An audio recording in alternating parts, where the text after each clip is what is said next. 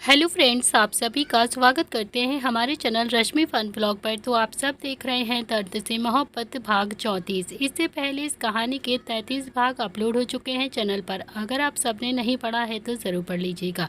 तो चलिए फ्रेंड, देखते हैं अब तक आप सबने पढ़ा था। नील ने तो अपना हाथ अपने सीने पर रख लिया और फिर अपनी आँखें बंद कर ली और फिर खुद से ही बोलता है कि तो फाइनली टीचर जी ने मेरा नाम आज ले ही लिया। तो वहीं वॉचमैन भी बोलता है कि अच्छा बिटिया, ठीक है, तुम यहाँ पर ही खड़ी रहो, मैं अभी देख कर आता हूँ। इतना कहकर वो वॉचमैन भी वहाँ से पलट कर देखने लगता है। तो नील भी अब उस वॉचमैन की बलाइयाँ ले रहा था और उसे देखकर मुस्कुरा रहा था। उसने भी अपनी पलकें हल्के से झपका दी थी। इतना आप सब देख चुके थे, अब देखते हैं आगे इस कहानी में क्या होता है। थोड़ी देर तक तो अवनी वहीं पर खड़ी रहती है और फिर आखिरकार नील अवनी के सामने आ गया और फिर बड़ी ही मासूमियत के साथ बोलता है कि टीचर जी, आप यहाँ पर। अवनी बोलती है कि हाँ, मैं यहाँ पर, मतलब मैंने कहा था ना कि मैं फैक्ट्री आकर देखूंगी कि तुम फैक्ट्री में हो या फिर नहीं हो। तो नील बोलता है कि अच्छा, मुझे लगा था कि आप बस मजाक कर रही हैं, कहिए क्या काम था आपको मुझसे। अवनी बोलती है कि देखो, मुझे एक बात सच सच बताओ, झूठ तो बिल्कुल भी मत बोलना, तुम बहुत ही अमीर लड़के हो ना। नील अब एकदम से शांत हो गया था और अवनी के चेहरे की तरफ देख रहा था जिसमें सिवाय सवाल की कुछ भी नहीं था। नील का मन अभी हुआ था कि वो अवनी को सब कुछ सच सच बता दे, लेकिन वो बहुत ही ज़्यादा डर भी रहा था कि कहीं उसके सच बताने से अवनी उसका हमेशा के लिए साथ ना छोड़ दे और उससे दूर ना हो जाए। नील बोलता है कि टीचर जी, ये कैसी बातें करती हो आप, भला मैं अमीर कैसे हो सकता हूँ? अगर अमीर होता तो फिर क्या यहाँ पर फैक्ट्री में नौकरी करता क्या? और आपने तो मेरे दादाजी के समोसे की दुकान भी देख ली है ना, तो फिर आप मुझ पर अभी भी शक कर रही हो क्या? आप मुझ पर विश्वास नहीं करती हो क्या? अवनी बोलती है कि तुम्हें पता है, मैंने बिल्कुल तुम्हारे जैसा लड़का आम्रपाली होटल में देखा है, बिल्कुल तुम्हारे जैसा ही दिख रहा था वो। नील बोलता है कि अरे टीचर जी, मुझे लगता है कि आपको बहुत बड़ा धोखा हुआ होगा। वो मैं नहीं था, मैं तो सुबह 10 बजे से यहाँ पर हाजिरी लगा देता हूँ और यहाँ पर ही काम करता हूँ। अवनी बोलती है कि शायद फिर मुझे नज़र का धोखा हुआ होगा। कोई बात नहीं, तुम जाओ और अपना काम करो जाकर, कोई प्रॉब्लम नहीं है। इतना कहकर अवनी भी वहाँ से पलट गई, लेकिन नील का चेहरा एकदम से उदास हो गया था। वो अवनी को ऐसे बिल्कुल भी नहीं देख सकता था, लेकिन वो अभी क्या ही कर सकता था। उसके पास भी अभी कोई भी दूसरा ऑप्शन नहीं था। वो किसी भी हालत में अवनी को नहीं खोना चाहता था। वो किसी भी तरह से अवनी से दूर नहीं जाना चाहता था। नील मन ही मन खुद से बोलता है कि यार, मैं कुछ गलत तो नहीं कर रहा हूँ ना अवनी के साथ। वहीं अवनी चुपचाप से खुद से बात करते हुए वहाँ से चली गई थी। वहीं दूसरी तरफ रुद्र भी अपने ऑफिस में बहुत ही बिजी तरीके से काम कर रहा था कि तभी उसका फ़ोन वाइब्रेट होता है। रुद्र ने अपना फ़ोन रिसीव किया और बोलता है कि कहिए जिया दी, क्या बात करनी है आपको, क्यों फ़ोन किया है आपने? तो जिया बोलती है कि फ़ोन तो तुम्हें मुझे करना चाहिए था, लेकिन देखो मैं कर रही हूँ तुम्हें फ़ोन, तुम्हारे पास तो टाइम ही नहीं है। आज किट्टू के पैर का एक्सरे होने वाला है और वो अभी तक हॉस्पिटल नहीं आई है। मेरे पास उसका फ़ोन नंबर भी नहीं है, तो तुम कुछ बता पाओगे कि वो कहाँ पर है? तुम कुछ भी करके उसे हॉस्पिटल लेकर आ जाओ, वरना अगर सीनियर डॉक्टर यहाँ से चले गए ना तो फिर मैं एक्सरे किसे दिखाऊंगी, मैं ना कुछ भी नहीं कर पाऊंगी। फिर रुद्र बोलता है कि कितने बजे तक आना है थी? जिया ने थोड़ा सा गुस्से में कहा कि कितने बजे तक, मतलब अब तक तो तुम्हें आ जाना चाहिए था यहाँ पर। देखो, सिर्फ दोपहर के 2 बजे तक ही डॉक्टर यहाँ पर रहेंगे, उसके बाद शिफ्ट चेंज हो जाएगी और डॉक्टर यहाँ से चले जाएंगे। तो फिर कोशिश करो कि तुम 12 बजे तक किट्टू को लेकर यहाँ पर आ जाओ। रुद्र ने भी टाइम देखा तो अभी 11:15 बज रहे थे। रुद्र बोलता है कि अरे 11:15 तो अभी ही बज रहे हैं, 12 बजे तक कैसे लेकर आ पाऊंगा? आप मुझे अब बता रही हो, आपको तो मुझे पहले ही बता देना चाहिए, 1-2 दिन पहले भी तो फ़ोन कर सकती थी आप मुझे, मगर आपसे तो कुछ भी नहीं होता है। जिया काफ़ी ज़्यादा गुस्से में चिल्लाते हुए बोलती है कि मैंने तुम भाइयों का सीक्रेट उठाकर रखा है क्या? तुम लोगों को एकदम से ठेका लेके रखा है क्या? ज़्यादा बकवास करोगे ना तो सबको जाकर अभी के अभी बता दूंगी जाकर, तुम किट्टू से प्यार करते हो, समझे तुम? ये सुनकर तो रुद्र की आंखें हैरानी से फैल जाती हैं और वो बोलता है कि यार दी, मैंने आपको कितनी बार बताया है कि मैं उससे कोई प्यार व्यार नहीं करता हूँ, सिर्फ उसके लिए एहसान कर रहा हूँ, उसके एक एहसान के तले दबा हुआ हूँ मैं, इसीलिए उसकी मदद कर रहा हूँ, बाकी और कुछ भी नहीं है। जिया बोलती है लेकिन मैं तो सबसे यही कहूँगी ना कि तुम किट्टू से प्यार करते हो और तुम उससे बहुत ज़्यादा पसंद भी करते हो। रुद्र ने भी दांत पीसते हुए गुस्से से कहा कि अरे आखिर आप चाहती क्या हैं जिया दी? जिया बोलती है कि मैं चाहती हूँ कि तुम किट्टू को लेकर जितनी जल्दी हो सके यहाँ पर आ जाओ, बस मुझे और कोई बकवास नहीं सुननी चाहिए तुम्हारी। अगर तुम नहीं आए तो मैं सबको बता दूंगी। रुद्र बोलता है कि ठीक है, 1 बजे तक आ जाता हूँ। जिया बोलती है कि 1 बजे से 1 मिनट भी देरी हुई ना तो फिर देखना मैं तुम्हारा क्या करती हूँ। रुद्र बोलता है कि हाँ हाँ जानता हूँ, क्या करोगी आप, मेरे और किट्टू के नाम की अफवाह उड़ाओगी और सबको ऐसे ही बता दोगी। क्या करोगी आप, क्या ही कर सकती हो। इतना कहकर उसने भी फ़ोन को जल्दी से कट कर दिया और फिर खड़ा होकर इधर उधर चक्कर लगाने लगता है। रुद्र की हालत तो नील से भी ज़्यादा इस वक्त बुरी हो चुकी थी। नील कम से कम अपने भाइयों से मदद तो मांग सकता था, लेकिन रुद्र तो बेचारा किसी से मदद भी नहीं ले सकता था। आखिरकार उसने भी अपना फ़ोन जल्दी से उठाया और फिर किट्टू को कॉल कर दिया। 2 बार तक तो किट्टू ने फ़ोन रिसीव ही नहीं किया। रुद्र जो खुद से ही बड़बड़ाते हुए बोलता है कि यार फ़ोन तो ऐसे इग्नोर कर रही है ये मेरा, जैसे प्रताप इंडस्ट्रीज़ की मालकिन हो मालकिन, ऐसे ही मेरा फ़ोन नहीं उठा रही है। अब रुद्र को क्या पता था कि आने वाले टाइम में किट्टू ही प्रताप इंडस्ट्रीज़ की मालिक बन जाएगी।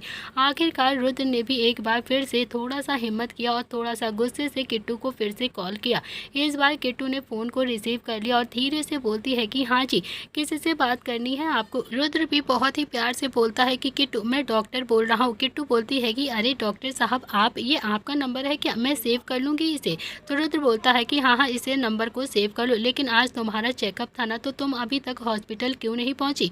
किट्टू बोलती है कि मुझे तो पता ही नहीं है कि आज मुझे हॉस्पिटल जाना है और मेरा आज चेकअप होने वाला है। रुद्र बोलता है कि तुम्हें जो मेडिकल पेपर दिए गए थे ना, उसमें डेट लिखी होगी। किट्टू बोलती है कि वो तो मैंने चेक ही नहीं किए डॉक्टर साहब।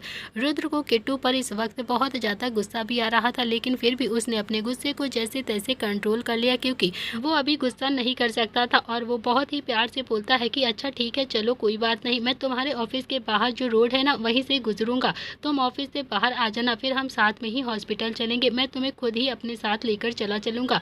किट्टू बोलती है कि लेकिन हॉस्पिटल तो दूसरी डायरेक्शन में है और आपका घर तो दूसरी डायरेक्शन में है, तो फिर आप यहाँ पर कैसे आएंगे, आपको कोई काम है क्या यहाँ पर, मतलब आपका रास्ता तो ये पड़ता ही नहीं है, तो फिर आप यहाँ से कैसे गुजरेंगे। रुद्र बोलता है कि वो मैं यहाँ पर किसी काम से आया था ना, और अचानक से ही मुझे डॉक्टर जिया का मैसेज आया था कि किट्टू अभी तक नहीं आई है हॉस्पिटल में, और फिर इसीलिए मैंने तुमसे पूछ लिया कि तुम अभी तक हॉस्पिटल क्यों नहीं गई। अब चलो जल्दी से, तुम भी ज़्यादा सवाल जवाब मत पूछो मुझसे, मेरे पास भी इतना टाइम नहीं है, मैं 15 मिनट में ही तुम्हें ऑफिस के बाहर मिलता हूँ। ओके जल्दी से बाहर आ जाओ तुम भी। किट्टू बोलती है कि डॉक्टर साहब मैं अभी बाहर नहीं आ सकती हूँ, मेरा ऑफिस हावर चल रहा है ना, तो फिर मेरे सर जो है ना वो थोड़े से खड़ूस हैं, बहुत ज़्यादा गुस्सा करते हैं, बहुत जल्दी गुस्सा करने लगेंगे। अगर मैं उनसे छुट्टी मांगूंगी ना तो फिर वो और भी ज़्यादा गुस्सा हो जाएंगे। नील भैया भी यहाँ पर नहीं है, तो मुझे ना आज छुट्टी नहीं मिल पाएगी। नील भैया होते तो शायद मुझे छुट्टी दे भी देते। किट्टू ने जैसे ही नील भैया कहा, रुद्र का गुस्सा एक बार फिर से बढ़ जाता है। पता नहीं क्यों जब जब किट्टू रुद्र के सामने नील को नील भैया कहती थी, रुद्र को एकदम से महसूस होता था कि जैसे उसका भाई किट्टू छीन रही है और वो उसके भाई को हमेशा के लिए उससे दूर कर देगी, इसीलिए वो उससे हमेशा चिढ़ता रहता था। लेकिन एक बार फिर से रुद्र ने अपने गुस्से को कंट्रोल किया और फिर बहुत ही प्यार से बोलता है कि देखो किट्टू, समझने की कोशिश करो, तुम्हें छुट्टी तो लेनी ही चाहिए, ये मौके बार बार नहीं मिलते हैं और तुम समझ नहीं रही हो। हम डॉक्टर्स के ट्रांसफ़र होते रहते हैं और फिर अगर हमारा ट्रांसफ़र हो गया ना तो फिर तुम अपने पैर का इलाज कभी भी नहीं करवा पाओगी, कभी भी नहीं हो पाएगा और तुम हमेशा के लिए ऐसे ही चलती रहोगी।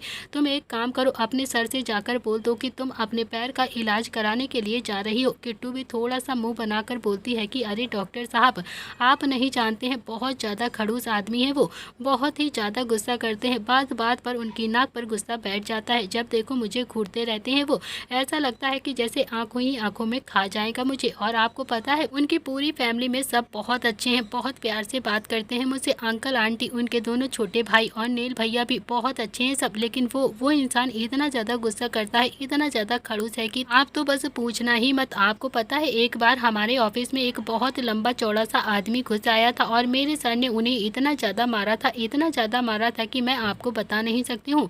वो आदमी पूरी तरह से खून से लथपथ हो गया था, मुझे तो बहुत ज़्यादा डर लगता है उनसे, उसी दिन से मुझे उनसे बहुत ज़्यादा डर लगने लगा है। अगर गलती से भी उनका एक हाथ मुझे पड़ गया ना तो फिर मैं तो 4 दिन तक उठ भी नहीं पाऊँगी, या तो फिर स्वर्ग लोक पहुँच जाऊँगी। नहीं नहीं, मुझे उनसे बहुत ज़्यादा डर लगता है, खासकर उनकी आंखों से बहुत ज़्यादा डर लगता है मुझे। पता नहीं क्यों जब भी मैं उनकी आंखों में देखती हूँ ना मुझे एकदम से गुस्सा नज़र आता है और एकदम से डर लगने लगता है। मैं उनसे छुट्टी बिल्कुल भी नहीं मांग सकती हूँ। क्या हम मेडिकल की डेट पोस्टपोन नहीं कर सकते हैं क्या। रुद्र ने भी अब थोड़ा सा दांत को एकदम से भींचते हुए खुद से ही बड़बड़ाते हुए कहा कि तुम्हारे बाप का हॉस्पिटल है क्या जो तुम मेडिकल की डेट चेंज कर दोगी यार, क्या तुम्हारे ससुर का हॉस्पिटल है जो तुम एकदम से बदल दोगी आकर डेट। लेकिन अगले ही पल उसने भी खुद को शांत किया और फिर बोल बोलता है कि किट्टू ऐसा नहीं होता है, और फिर बहुत ही सारे पेशेंट होते हैं ना, तो उन्हें भी तो देखना होता है, एक अकेली तुम ही थोड़ी ना हो। तुम प्लीज मेरे कहने से एक बार जाओ और अपने सर से छुट्टी के लिए बात करो और उन्हें अपने इलाज के बारे में बताना, क्या पता उनका मूड अच्छा हो और वो तुम्हें एक ही बार में ही छुट्टी दे दे। किट्टू बोलती है कि वो मुझे छुट्टी नहीं देंगे, मुझे पता है, बल्कि और भी ज़्यादा फटकार कर वहाँ से भगा देंगे। वो मुझे बात बात पर भी ताने मारते रहते हैं, बल्कि मैंने तो कभी उनसे कुछ उल्टा सीधा नहीं बोला है, कभी उनके सामने बहस तक नहीं करी है, कभी भी बेवजह उनके कैबिन में भी नहीं गई हूँ, मगर फिर भी वो मुझे हमेशा डांटते रहते हैं। कभी कभी तो मुझे ऐसा लगता है कि जैसे वो अपना सारा गुस्सा मुझ पर ही निकालते हैं और वो जानबूझ पर मुझसे ऐसे गुस्से से बात करते हैं। ये कहते हुए किट्टू एकदम से भावुक हो गई थी, तो वहीं रुद्र को भी कहीं ना कहीं अपनी गलती रियलाइज हो रही थी। रुद्र ने एक बार फिर से कहा कि अच्छा ठीक है, प्लीज एक बार मेरे कहने से चली जाओ, बात को समझो किट्टू, प्लीज तुम्हारे लिए ही बोल रहा हूँ मैं। क्या तुम अपने लिए एक बार उनसे डांट नहीं खा सकती हो क्या? क्या तुम हमेशा के लिए ऐसा ही रहना चाहती हो क्या? देखो तुम्हारा पैर बिल्कुल ठीक हो जाएगा, तो तुम्हारी माँ को भी तो इलाज कराना है ना तुम्हें, तो फिर तुम कैसे ऐसे कर सकती हो? किट्टू बोलती है कि शायद आप बिल्कुल ठीक कह रहे हैं, मैं अभी उनसे बात करके आती हूँ, क्या पता उनका मूड अच्छा हो और वो मुझे छुट्टी दे दे। रुद्र ने फाइनली एक गहरी सांस ली और बोलता है कि गुड गर्ल, प्रॉब्लम को फेस करना चाहिए, उनसे भागना नहीं चाहिए। जितना तुम प्रॉब्लम से भागोगी प्रॉब्लम्स तुम्हारे पीछे आएंगे, तुम्हारे बॉस तुम्हें खा थोड़ी ना चाहेंगे, जाओ जाकर बात करो। किट्टू भी खुद को अब थोड़ा सा धीरे से बड़बड़ाते हुए बोलती है कि आपको नहीं पता है डॉक्टर साहब, वो मुझे खा ही जाएंगे। इतना कहकर उसने भी फ़ोन को कट कर दिया और फिर जैसे तैसे अपने कैबिन से निकलकर सीधा रुद्र के कैबिन के बाहर आ जाती है। रुद्र ने भी हल्का सा झांक कर देखा तो किट्टू कैबिन के बाहर ही खड़ी हुई थी, लेकिन अंदर जाने की हिम्मत किट्टू के अंदर हो ही नहीं रही थी। किट्टू बार बार नर्वस होकर अपने चेहरे के पसीने को पोंछ रही थी, तो वहीं रुद्र बार बार टाइम देख रहा था और सोच रहा था कि यार अंदर कब आएगी ये, क्या वहीं पर खड़े खड़े सूख जाएगी क्या? आखिरकार किट्टू ने भी एक गहरी सांस ली और फिर हल्का सा दरवाज़ा खोला, लेकिन अगले ही पल डर के मारे जल्दी से उस दरवाजे को बंद कर दिया। रुद्र को तो अब और भी ज़्यादा गुस्सा आ गया था। अब वो गुस्से में कैबिन के गेट की तरफ ही देख रहा था और फिर खुद में ही गुस्से से बोलता है कि ये लड़की मुझे इतना ज़्यादा इरिटेट क्यों करती है यार, हमेशा मुझे परेशान करती रहती है, इतना परेशान क्यों करती है ये मुझे ना इसी बात पर इस पर गुस्सा आता है। नील को इसमें पता नहीं क्या दिखाई दे गया है जो मुझे नहीं दिखता है। कहाँ से ये लड़की हमारे इंडस्ट्रीज़ के लिए सही है, बिल्कुल पागल लगती है। अगर इसने मुझे उस रात बचाया ना होता, इसका मुझ पर एहसान ना होता, तो मैं इसकी शक्ल कभी भी न देखता। बेवकूफ़ लड़की, अंदर आ जाओ, मैं तुम्हें छुट्टी दे दूंगा, उसी के लिए ही तो बैठा हूँ। रुद्र भी अब काफ़ी ज़्यादा गुस्से में इरिटेट होकर बोले जा रहा था। उसे सच में किट्टू बहुत ज़्यादा इरिटेट करती थी। उसने तो कभी सपने में भी नहीं सोचा था कि उसे कभी ऐसी लड़की के साथ भी डील करना पड़ेगा। और फिर तभी किट्टू ने भी थोड़ा सा हिम्मत किया और दरवाजे को खोला और फिर बहुत ही धीरे से और मीठी सी आवाज़ में बोलती है कि सर मैं आई कम इन। तो रुद्र ने भी अपने गुस्से को जैसे तैसे कंट्रोल किया और फिर बोलता है कि हाँ आ जाओ। किट्टू भी अब अंदर की तरफ चली जाती है, उसके हाथ पैर धीरे धीरे कांप रहे थे। रुद्र ने भी जानबूझकर अपनी फाइल में बिजी होते हुए कहा कि हाँ बताओ क्या काम है, क्यों आई हो तुम यहाँ पर? किट्टू धीरे से बोलती है कि सर वो मुझे हाफ डे मिल जाएगा क्या? रुद्र ने थोड़ा सा गुस्से में किट्टू की तरफ देखा। आखिरकार उसे किट्टू को ऐसे देखना ही पड़ता था, क्योंकि वो नहीं चाहता था कि किट्टू को उसके ऊपर थोड़ा सा भी शक हो जाए और फिर उसके डॉक्टर साहब और उसका बॉस एक ही है उसे भी पता चल जाए। रुद्र के ऐसे देखने से किट्टू ने तो अपना सलाइवा गटक लिया था और धीरे धीरे अपने आप को पीछे करने लगती है। वो 2 कदम पीछे हटी और फिर धीरे से बोलती है कि नहीं चाहिए, सॉरी सर, सॉरी, मैं गलती से यहाँ पर आ गई। इतना कहकर वो जैसे ही वहाँ से जाने के लिए पलटी, रुद्र बोलता है कि रुको। किट्टू एकदम से रुक गई और रुद्र ने कहा कि पीछे पलटो। किट्टू भी धीरे धीरे से पीछे पलट कर रुद्र की तरफ देखने लगी। रुद्र बोलता है कि क्यों चाहिए तुम्हें छुट्टी? किट्टू कुछ भी नहीं बोलती है, क्योंकि अब वो रुद्र से बहुत ज़्यादा डर रही थी। रुद्र ने फिर से एक बार अपनी और के साथ कहा कि कुछ पूछ रहा हूँ ना तुमसे, क्यों चाहिए तुम्हें छुट्टी? किट्टू ने भी धीरे से गर्दन झुकाकर बोला कि वो मुझे हॉस्पिटल जाना है। रुद्र बोलता है कि ठीक है जाओ, मिल जाएगी तुम्हें छुट्टी। किट्टू ने हैरानी से रुद्र की तरफ देखा तो रुद्र बोलता है कि अरे ऐसे मत देखो मुझे, जाओ चुपचाप से अब। तो किट्टू ने भी हल्की सी हाँ में अपनी गर्दन हिलाई और फिर धीरे धीरे कैबिन से बाहर चली गई। उसके जाते ही रुद्र ने भी मुस्कुराकर खुद से कहा कि यस एक टास्क तो कंप्लीट हो गया, लेकिन अब इस महारानी को हॉस्पिटल लेकर भी तो जाना है, पता नहीं कितना ज़्यादा परेशान करेगी ये मुझे। इतना कहकर रुद्र ने भी जल्दी से डोवर में से दाढ़ी मूंछ उठाई और फिर वॉशरूम के अंदर चला गया गेटअप चेंज करने के लिए। किट्टू भी ऑफिस से निकल ही रही थी कि तभी उसके सामने एक बाइक आकर रुकती है। उस पर कोई और नहीं था, डॉक्टर साहब बैठे हुए थे। रुद्र ने भी आसपास देखा, लेकिन किसी ने भी उसे पहचाना नहीं था और वहीं किट्टू ने भी रुद्र को देखकर पहचान नहीं पाया था। किट्टू ने रुद्र की तरफ देखा और कहा कि अरे डॉक्टर साहब, आप तो बिल्कुल सही टाइम पर आ गए हैं। डॉक्टर बोलते हैं कि हाँ आप जल्दी से बैठो, नहीं तो लेट हो जाएगा, हमें हॉस्पिटल भी तो जाना है ना। किट्टू भी रुद्र की बाइक पर आराम से आकर बैठ गई और फिर उसने भी हमेशा की तरह रुद्र के कंधे से उसे पकड़ लिया। रुद्र ने भी बाइक को जल्दी से स्टार्ट कर दिया और फिर कुछ ही देर के बाद रुद्र ने भी बाइक हॉस्पिटल के बाहर आकर रोकी। किट्टू और रुद्र दोनों ही बाइक से उतरकर सीधा हॉस्पिटल के अंदर चले जाते हैं और थोड़ी देर के बाद किट्टू के पैर का एक्सरे होता है। जिया ने किट्टू की रिपोर्ट्स को सीनियर डॉक्टर्स को तरफ बढ़ाते हुए उन्हें दिखाया। तब तक किट्टू और रुद्र दोनों ही कैबिन के अंदर ही बैठे रहते हैं। दोनों ही इस वक्त बहुत ज़्यादा बोर हो रहे थे। आखिरकार रुद्र ने भी किट्टू की तरफ देखा और पूछ ही लिया कि तुम्हारा बॉस इतना ज़्यादा गुस्सा क्यों करता है। किट्टू बोलती है कि कभी कभी होता है ना कि हम किसी इंसान से बेवजह नफरत करने लगते हैं और उस इंसान ने हमारा कुछ भी नहीं बिगाड़ा होता है, मगर फिर भी हमें वो इंसान बहुत ही ज़्यादा बुरा लगता है। हमें खुद भी नहीं पता होता है कि नफरत की वजह क्या है, हम क्यों इस इंसान से नफरत कर रहे हैं। बस मेरे बॉस भी बिल्कुल ऐसे ही हैं, मुझसे बिना वजह के ही नफरत करते हैं, बिना वजह का ही गुस्सा करते हैं। रुद्र बोलता है कि अच्छा, बड़ा ही बेकार बॉस है तुम्हारा। किट्टू ने कहा कि अरे नहीं नहीं, वो बहुत ही अच्छे हैं, वो बुरे नहीं है, वो बहुत अच्छे हैं, बहुत ही ज़्यादा अच्छा, बस थोड़ा सा गुस्सा करते हैं। रुद्र ने थोड़ा सा हंसकर कहा कि वो तुम्हें डांटते हैं पर गुस्सा भी तो करते हैं और उसके बाद भी तुम उन्हें अच्छा बता रही हो, वो अच्छे हैं तुम्हारे लिए। किट्टू बोलती है कि हाँ बिल्कुल, आपको पता है जिसका अन्न खाते हैं ना उसकी बुराई कभी भी नहीं करते हैं, क्योंकि अन्न देने वाला भगवान का काम करता है और मुझे भी मेरे बॉस अन्न देते हैं, उन्हीं की वजह से ही तो मैं अपना इलाज करवा पा रही हूँ, अपनी बीमारी माँ को भी संभालती हूँ, मैं उन्हीं की वजह से मेरी 2 वक्त की रोटी चलती है। तो फिर आप ही बताइए कि मैं अपने भगवान को कैसे बुरा कह दूँ। उनमें थोड़ा सा गुस्सा है लेकिन वो बुरे बिल्कुल भी नहीं। आज ही देख लो, उन्होंने मुझे डांटा नहीं है बिल्कुल, बल्कि मुझे एक बार में ही छुट्टी दे दी। रुद्र किट्टू की तरफ ही देख रहा था। कितनी मासूम थी किट्टू, कैसे इतनी जल्दी सरवाइव कर रही थी कि वो इस बेदर्द सी दुनिया में कैसे जी रही थी वही जानती थी। एक बार फिर से रुद्र के दिल में किट्टू ने अपना घर बना लिया था और फिर दीवारों को थोड़ा सा और खिसका दिया था, तो रुद्र के दिल में अब उसने अपने लिए थोड़ी सी और जगह बना ही ली थी। रुद्र भी किट्टू की तरफ ही देख रहा था कि तभी कैबिन का दरवाजा एकदम से खुलता है। दोनों ने ही पलटकर पीछे देखा तो जिया सामने खड़ी हुई थी और उन दोनों की तरफ ही देख रही थी। जिया के हाथ में किट्टू की अभी एक्सरे वाली रिपोर्ट थी। जिया भी जाकर सीधा अपनी चेयर पर बैठ जाती है और फिर रुद्र की तरफ देखकर थोड़े अकड़ के साथ बोलती है कि डॉक्टर, किट्टू को कुछ दवाइयाँ खानी होगी और उसके बाद उसके पैर का एक छोटा सा ऑपरेशन होगा और वो हमेशा के लिए पहले जैसे ठीक हो जाएगी। ऑपरेशन का नाम सुनकर तो किट्टू अभी थोड़ा सा डर जाती है और उसकी आंखें हल्की हल्की सी नम हो जाती हैं। वो हैरानी से बोलती है कि डॉक्टर, ऑपरेशन वो नहीं करवा पाऊंगी मैं। जिया ने कहा कि किट्टू, छोटा से ही ऑपरेशन होगा, 2 दिन बाद तुम्हें छुट्टी भी मिल जाएगी।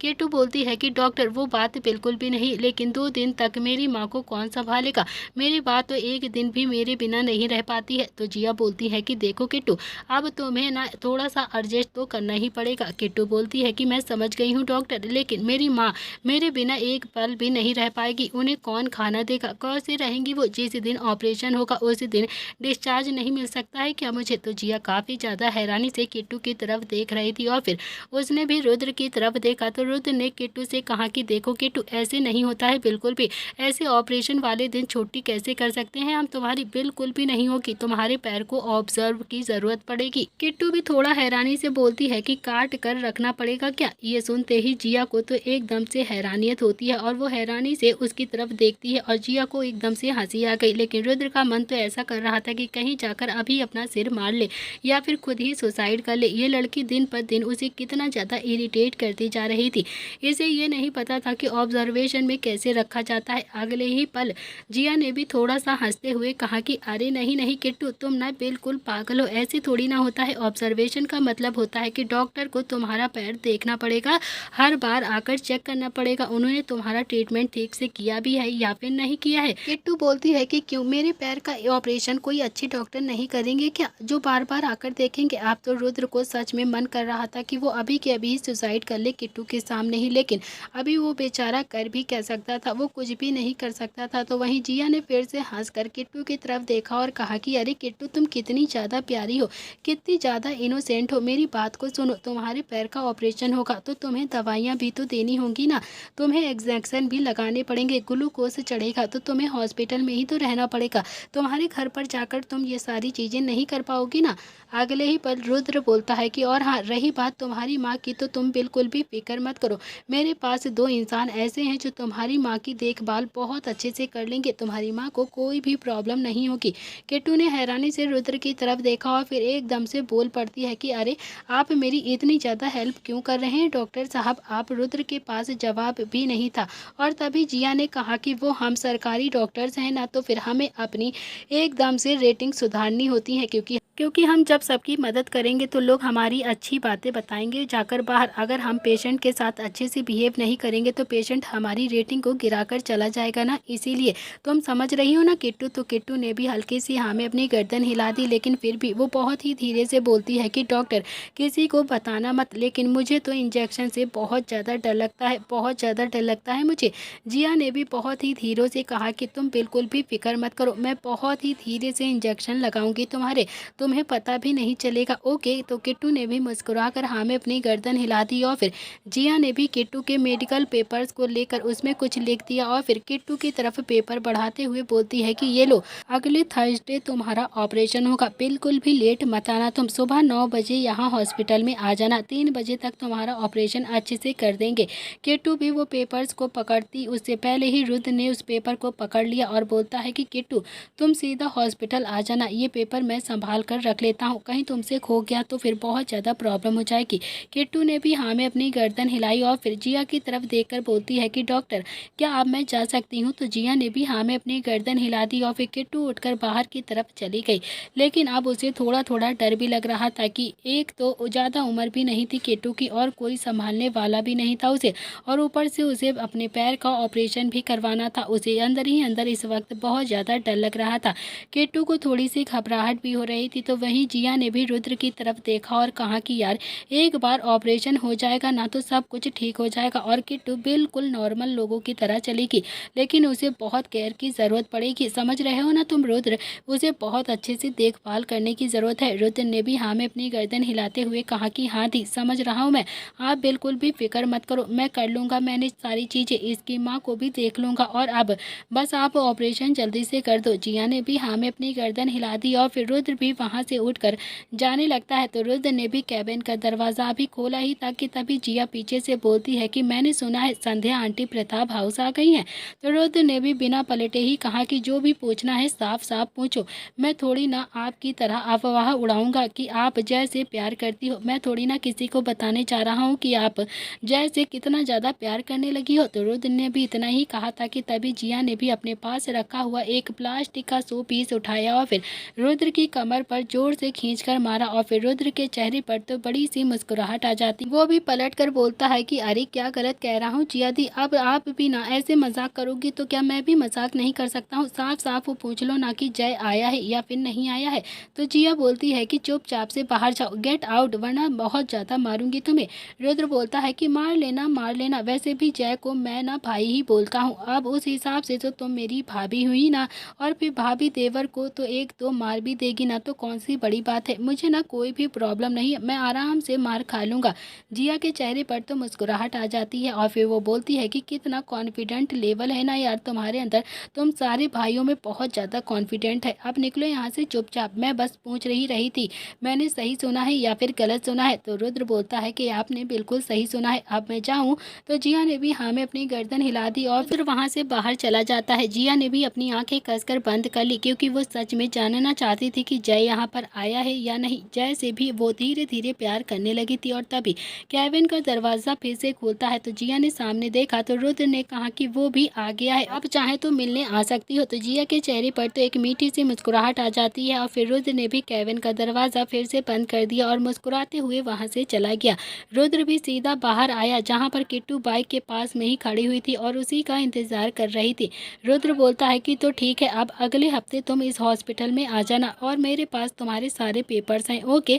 किट्टू ने भी हल्की सी हमें अपनी गर्दन हिला दी लेकिन उसके चेहरे के रंग एकदम से उड़े हुए थे और इस वक्त वो बहुत ही ज़्यादा परेशान लग रही थी। रुद्र बोलता है कि अरे किट्टू क्या हुआ है, तुम्हें घर छोड़ दूँ क्या, इतना ज़्यादा परेशान क्यों हो तुम। किट्टू ने ना में गर्दन हिलाते हुए कहा कि अरे नहीं डॉक्टर साहब, मैं खुद ही चली जाऊँगी, पास में ही तो है बस स्टैंड, वो थोड़ी सी घबराहट हो रही थी मुझे बस इसीलिए। तो रुद्र बोलता है कि घबराहट क्यों हो रही है तुम्हें किट्टू। किट्टू की आंखों में हल्का हल्का सा पानी आ गया था। किट्टू बहुत ही धीरे से बोलती है कि अगर माँ ठीक होती तो माँ मेरे साथ हॉस्पिटल में रुक जाती और मुझे भी बहुत अच्छा लगता। अब कोई भी हॉस्पिटल में नहीं रुकेगा मेरे साथ, तो फिर थोड़ी सी घबराहट हो रही है मुझे, लेकिन आप बिल्कुल भी फिक्र मत कीजिए डॉक्टर साहब, मैं टाइम से आ जाऊंगी और अपना ऑपरेशन जरूर करवाऊंगी। सही 9 बजे टाइम पर यहाँ पर आपको मिलूंगी। बस बॉस से बोल दूंगी आज ही जाके कि मुझे 3 दिन की छुट्टी दे दे वो। तो रुद्र ने भी हाँ में अपनी गर्दन हिला दी और फिर किट्टू वहाँ से चली जाती है। किट्टू धीरे धीरे सोचते सोचते बस स्टैंड तक आ गई थी और वहीं रुद्र ने भी बाइक स्टार्ट की और वहाँ से चला गया। दोनों ही अपनी अपनी रास्ते के लिए निकल गए थे और रुद्र भी अब सीधा अपनी इंडस्ट्रीज की तरफ जा रहा था। इधर राठौड़ इंडस्ट्रीज में इस वक्त सोमनाथ, जो काफ़ी ज़्यादा गुस्से में अपने कैबिन में इधर उधर चक्कर लगा रहा था, इस वक्त उसका चेहरा गुस्से से पूरी तरह से लाल था। तो वहीं सोफे पर अशोक चौहान भी बहुत ही लाल ताल गुस्से से बैठा हुआ था, उसे भी इस वक्त बहुत ज़्यादा गुस्सा आ रहा था। सोमनाथ ने चिल्लाते हुए गुस्से से कहा कि संजय के बेटों ने तो सब कुछ गड़बड़ कर दिया है यार। अच्छा खासा हम लोग इंडिया के टॉप 10 बिजनेस में पहुँच गए थे, लेकिन उस रुद्र ने और नील की वजह से तो सब कुछ खराब हो गया। उन दोनों ने सब कुछ खराब कर दिया। संजय की गर्दन हमारे हाथ से निकल गई है, अब तो वो संजय हमसे कभी भी नहीं डरेगा। इतना कहकर उसने भी पास रखा हुआ लैपटॉप उठाया और धड़ाम से दीवार पर जोर से दे मारा। अशोक भी काफ़ी ज़्यादा गुस्से में उठता है और बोलता है कि यार अब चिल्लाने से क्या फ़ायदा सोमनाथ, अब कोई भी मतलब नहीं है चिल्लाने का, जो होना था सो हो गया है। अब भी हमारे पास कम प्रॉपर्टी नहीं है, अभी भी हमारे पास बहुत सारी प्रॉपर्टी है। तुम देखना, हमने संजय से लगभग हर साल उसका 50% प्रॉफिट झटक लिया था ना, तो फिर एक ना एक दिन तो ये होना ही था। तो फिर सारी जिंदगी तो हम संजय की कमजोरी पकड़ कर रख नहीं सकते थे ना, उसे एक ना एक दिन तो उसे आज़ाद होना ही था। सोमनाथ भी गुस्से से चिल्लाया, संजय की पकड़ तो गई यार, हमारी बेइज्जती हुई तो अलग, बहुत ही ज़्यादा बेइज्जत हो गए हैं हम दोनों दुनिया वालों के सामने। मैं छोड़ूंगा नहीं उस रुद्र को, छोड़ूंगा नहीं मैं उन सभी भाइयों को, चारों को ना बहुत ही बुरा सबक दूंगा, देख लूंगा मैं उन्हें। तभी उसके कैबिन का दरवाज़ा खुलता है, सामने रुद्र जेब में हाथ डालकर खड़ा हुआ था। रुद्र को वहां पर देखकर सोमनाथ और अशोक दोनों ही बहुत ज़्यादा हैरान हो गए थे। दोनों के चेहरे के रंग एकदम से उड़ गए थे। रुद्र ने भी बहुत ही एटीट्यूड के साथ कहा कि तुम्हारे सामने ही खड़ा हूँ मैं, देख लो, जितना देखना चाहते हो जी भर कर देख लो। सोमनाथ गुस्से में लंबी लंबी सांसें ले रहा था। अगर उसका बस चलता तो शायद रुद्र को आज ही वो जान से मार देता। तो वहीं रुद्र भी थोड़ा सा आगे आया और फिर उसने भी एक पैर उठाकर जोर से लात टेबल पर मारी और फिर टेबल जो 2 फीट पीछे खिसक जाती है। रुद्र ने भी काफ़ी ज़्यादा गुस्से में उन दोनों की तरफ देखा और कहा कि क्या लगा था तुम दोनों को कि बच जाओगे, तुम दोनों कुछ भी नहीं करूँगा मैं तुम्हारे साथ। स्कूल में गणित बस तुमने ही पढ़ा है, मैंने नहीं पढ़ा है क्या? इनफैक्ट मैंने ना तुम दोनों से ज़्यादा ही गणित पढ़ा है। और तभी पीछे से नील की आवाज़ आती है, और हाँ, हम तुम्हें वो गणित समझाने के लिए यहाँ पर आए हैं। रुद्र को वहाँ पर देखकर अशोक और सोमनाथ पहले से ही बहुत ज़्यादा हैरान थे। नील की आवाज़ सुनकर तो उनका लगभग पूरा दिमाग ही खराब हो गया था और कहीं ना कहीं उन्हें डर भी बहुत ज़्यादा लग रहा था। नील भी थोड़ा सा आगे आया और फिर उसने भी सोफे पर रखा हुआ एक लैपटॉप उठाया और फिर उसे ज़मीन पर जोर से फेंक कर बोलता है कि मेहमान आए हैं, बैठने की जगह भी नहीं है तुम लोगों के पास, पता नहीं कैसे बिजनेसमैन है, तमीज़ ही नहीं है बिल्कुल भी इन्हें कि जब मेहमान आते हैं तो उन्हें कैसे बैठाना चाहिए। नील भी सोफे पर आराम से आकर बैठ गया और फिर उसने भी अपना मोबाइल निकाला और फिर उसमें कुछ टाइप करने लगता है और फिर बोलता है कि रुद्र, ये लोग अगर हमारा कर्जा उतारेंगे ना तो इनका आधा से ज़्यादा बिजनेस तो हमारे ही नाम पे ही हो जाएगा। ये सुनकर तो अशोक और सोमनाथ दोनों ही एकदम से हैरान हो गए थे और हैरानी से दोनों ही भाइयों की तरफ देखने लगे थे। उन्हें तो यकीन ही नहीं था कि संजय के बेटे इनसे पूरा हिसाब किताब करने के लिए यहाँ पर आ जाएंगे और अब तो उन दोनों को एकदम से घबराहट होने लगी थी। दोनों ही बहुत अच्छे से जानते थे कि अब नील और रुद्र बिल्कुल भी नहीं मानेंगे, उन्हें उनकी पूरी प्रॉपर्टी तो देनी ही पड़ेगी। वहीं रुद्र भी जेब में हाथ डालकर इधर उधर चक्कर लगाते हुए बोलता है कि हाँ तो मिस्टर राठौड़, और हाँ तुम कौन हो? अशोक चौहान। हाँ तो मिस्टर अशोक चौहान और मिस्टर राठौड़, हमारा कर्जा कब तक वापस करोगे तुम? सोमनाथ बोलता है कि कौन सा कर्जा, हमने कोई कर्जा वर्जा नहीं लिया है तुमसे, समझे तुम, मैं कोई कर्जा वर्जा नहीं देने वाला तुम्हें। रुद्र ने भी हंसकर कहा कि सच में मेरे पापा को कितने ही साल से तुम दोनों ने ब्लैकमेल किया है और कितने ही सालों से हमारे हमारे प्रॉफिट का 50% अपने नाम पर करवाते रहे। तुम्हें भूल गए हो क्या? तुम्हें याद कुछ भी नहीं? और हाँ, हमारा कर्ज और हमारा फार्म हाउस, हमारी 4-5 फैक्ट्रियाँ भी तो तुम्हारे ही नाम पर है ना। तो फिर अब जितनी जल्दी हो सके ना वो सब कुछ हमें वापस कर दो, वरना तुम जानते नहीं हो कि तुम्हारे सामने संजय प्रताप सिंह नहीं, रुद्राक्ष प्रताप सिंह खड़ा है, जो अपनी चीज अपनी प्रॉफिट उसके मुंह से भी निकाल लाता है। समझ गया ना तू? और तभी नील भी सोफे पर बैठा हुआ ही कैलकुलेट करते हुए बोलता है कि हाँ, बिल्कुल ठीक कहा है रुद्र, तूने बिल्कुल ठीक कहा है। चल भाई, अब हमारे पैसे कब देगा तू? जल्दी से बता दे हमें और हम भी यहाँ से निकले। अशोक बोलता है कि हम कोई पैसे वैसे वापस नहीं करने वाले हैं, समझे तुम दोनों। और हमने तुम्हारे बाप के साथ जोर जबरदस्ती नहीं करी है, वो खुशी खुशी हमें पैसे देकर गया था और फिर बदले में हमने भी तो उसकी इज्जत को इतने सालों से बचा कर रखा था। तो अब दोनों ही भाई यहाँ से चुपचाप से चले जाओ, क्योंकि ये मेरा ऑफिस है, तुम्हारी प्रॉपर्टी नहीं है जो तुम यहाँ पर हक जमा कर बैठे हो। तो के दोनों निकलो यहाँ से। रुद्र ने भी अपने हाथ बांध कर काफी ज्यादा गुस्से में कहा कि अच्छा, ये मेरा ही ऑफिस है, क्योंकि आज पहली किस्त के तौर पर बाहर तुम दोनों जाओगे यहाँ से, समझे तुम दोनों। इतना कहकर रुद्र भी काफी ज्यादा गुस्से में सोमनाथ की तरफ एक कदम आगे बढ़ा तो नील भी बीच में आ गया और फिर पीछे हटाता हुआ बोलता है कि ओ मेरे रुद्राक्ष प्रताप सिंह, सबर कर, प्यार से बात करते हैं ना यार, इतना ज्यादा गुस्सा मत कर। दोनों बूढ़े आदमी हैं, ये लोग प्यार से हमें पैसे खुद ही दे देंगे, गुस्सा मत कर तू बिल्कुल भी। इतना कहकर उसने भी पलटकर अशोक और सोमनाथ की तरफ देखा और बोला कि देखो, मैं अपने भाई को ज्यादा देर तक तो नहीं रोक सकता हूँ, और अभी तो तुमने मेरे भाई को गुस्सा 1% देखा है, अभी तुमने मेरे भाई का पूरा गुस्सा नहीं देखा है। हाथ जोड़कर कहता हूँ तुम दोनों से, चुपचाप से दोनों ही हमारा जितना पैसा है ना वो सूद समेत वापस कर दो, वरना मैं नहीं जानता हूँ, मैं रुद्र को ज्यादा देर नहीं रोक पाऊंगा। अशोक भी काफी ज्यादा गुस्से में बोलता है कि हम कोई पैसा वैसा वापस नहीं करेंगे, समझे तुम दोनों। और निकलो यहाँ से, जाकर अपने बाप को भेजो जाकर पैसा लेने के लिए। अशोक ने अभी इतना ही कहा था कि तभी नील ने खींचकर एक थप्पड़ अशोक के गाल पर जड़ दिया और फिर अशोक का चेहरा तो एक साइड हो जाता है। अगले ही पल नील ने भी एक उंगली दिखाकर काफी ज्यादा गुस्से में उससे कहा कि बहुत देर से प्यार से बातें कर रहे हैं हम दोनों, मगर लगता है कि तुम दोनों को ऐसे समझ में नहीं आएगा। इसका मतलब ये नहीं है कि तुम हमारे देवता समान पापा को बाप बाप कहकर बुलाओगे, तमीज भूल जाओगे तुम अपनी। बहुत ब्लैकमेल कर लिया है तुम दोनों ने ही, मेरे पापा को बहुत परेशान भी कर लिया है, और अब बिल्कुल भी नहीं होगा। चुपचाप से हमारा सारा पैसा वापस कर दो, वरना जानते हो ना कि हम दोनों ही क्या करेंगे।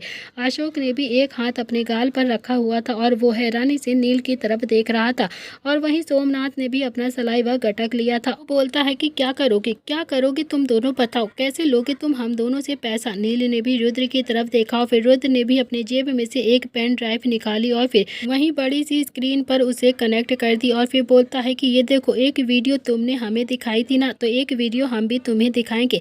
तुम्हें क्या लगता है कि वीडियो बनाना बस तुम्हें ही आता है, हमें वीडियो बनाना नहीं आता है क्या? अरे हम तो तुमसे भी अच्छी वीडियो बना लेते हैं, जरा देखो और क्वालिटी को पहचानो। अशोक और सोमनाथ दोनों ने ही उस स्क्रीन की तरफ देखा तो दोनों की ही आंखें हैरानी से फैल गई थी। उस स्क्रीन पर अशोक का बेटा विराट, चिराग और सोमनाथ का बेटा विहान तीनों ही एक अलर्ट पार्टी में एंजॉय कर रहे थे, दोनों ही मस्ती में डांस कर रहे थे। और इस वीडियो में देखकर नील ने भी आंखें बंद करते हुए कहा कि रुद्र प्लीज इसे बंद कर दे यार, हम ना इनके बाप को इनके बच्चों की कॉपी को भेज देंगे, मैं ना अपनी आंखों से यहाँ पर इसे नहीं देख पाऊंगा, ये अपने आप अकेले में बैठकर खुद ही देख लेंगे और खुद ही समझ लेंगे। वैसे भी बाप बेटा एक ही थाली के चट्टे बट्टे हैं ना, दोनों को ही शर्म नहीं है, दोनों ही पूरी तरह से बेशरम है। बाप की इज्जत वहाँ खराब हो गई और फिर बेटे की इज्जत बाप के सामने खराब हो गई। अब मुझसे ना देखा नहीं जाएगा भाई, मैं थोड़ा सा पंडित आदमी हूँ ना, प्लीज प्लीज इसे बंद कर दे यार, प्लीज मैं नहीं देख सकता हूँ इसे, प्लीज प्लीज प्लीज बंद कर दे। इतना कहकर नील ने भी अपनी दोनों ही आंखों पर अपना हाथ रख लिया, तो वहीं रुद्र ने भी नील की नौटंकी देखी और अगले ही पल स्क्रीन को बंद कर दिया और फिर बोला कि सोचो, अगर मैं तुम दोनों ही बेटों की वीडियो को ऐसे ही वायरल कर दूंगा तो फिर क्या होगा? वैसे तुम्हें कोई खास फर्क तो नहीं पड़ेगा, क्योंकि तुम दोनों की वीडियो तो हम पहले ही लोगों को दिखा चुके हैं, हमारी पार्टी में लोगों ने बहुत अच्छे से देख लिए, लेकिन तुम लोगों की वीडियो तो कुछ ही लोगों ने अभी तक देखी है, वो भी सिर्फ हमारे खास मेहमानों ने। लेकिन अगर हमारा पैसा तुम दोनों ने नहीं लौटाया ना, तो फिर बाप बेटों की वीडियो एक साथ लॉन्च करूंगा और फिर जितने भी बिजनेसमैन के साथ तुम लोगों के उठना बैठना है उन सब को पता चल जाएगा तुम लोगों की हकीकत, तुम लोग कैसे हो, तुम्हारी इज्जत की धज्जियां उड़ जाएंगी। अशोक और सोमनाथ के चेहरे के रंग एकदम से उड़ गए थे, दोनों ही एक दूसरे को हैरानी से देख रहे थे और फिर रुद्र ने भी अपनी चुटकी बजाकर कहा कि अब ये कैबिन साफ करो और इस कैबिन से निकलो अभी के अभी। रुद्र की बात सुनकर अशोक और सोमनाथ दोनों ही एक जगह पर खड़े रहते हैं। उन्होंने तो कभी सपने में भी नहीं सोचा था कि फ्यूचर में संजय का बेटा आएगा और फिर उनसे अपने पैसों की वसूली करेगा। और रुद्र काफ़ी ज़्यादा गुस्से में उन दोनों की तरफ देख रहा था और इस बार वो गुस्से से चिल्लाता हुआ बोलता है कि सुनाई नहीं दिया क्या? ये ऑफिस जल्दी से अभी के अभी साफ करो और निकलो यहाँ से, वरना मार मार कर गेट तक छोड़कर आऊँगा अपने आप, समझे तुम दोनों। Thank you friend. इसी के साथ इस कहानी का आज का एपिसोड यहाँ पर समाप्त हो रहा है। कैसा लगा आज का एपिसोड प्लीज़ कमेंट में ज़रूर बताइएगा। क्या हाल करेंगे रुद्र और नील? अब अशोक और सोमनाथ का बहुत ही मज़ा आने वाला है नेक्स्ट एपिसोड में।